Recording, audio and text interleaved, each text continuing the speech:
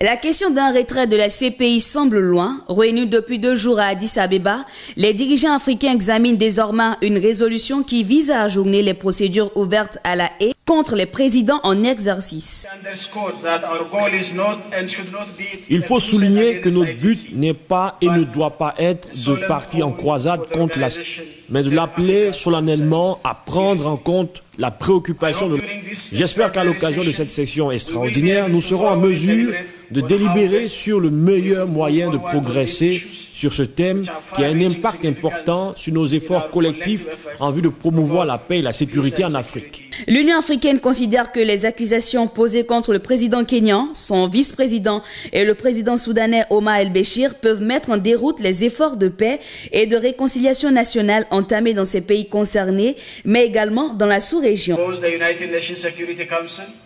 Ce dont ont fait preuve tant le Conseil de sécurité de l'ONU que la CPI à l'égard de la demande de l'Union africaine d'un report des poursuites dans un certain cas a été particulièrement inquiétant. Alors que des demandes similaires émises par d'autres pays ont reçu une réponse positive, même dans des circonstances très controversées, ni la CPI ni le Conseil de sécurité n'ont donné suite à nos demandes répétées sur un certain nombre de cas liés à l'Afrique au cours des 7 dernières années.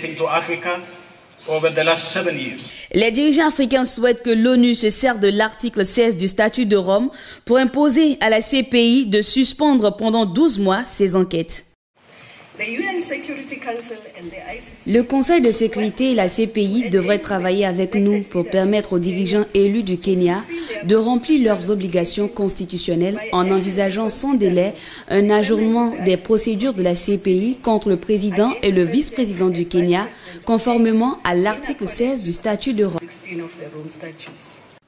Le gel des travaux de la Cour pénale internationale pourrait permettre au Kenya de se doter d'une juridiction compétente pour traiter le cas Uhuru Kenyatta et William Ruto. La CPI pourra intervenir en dernier recours.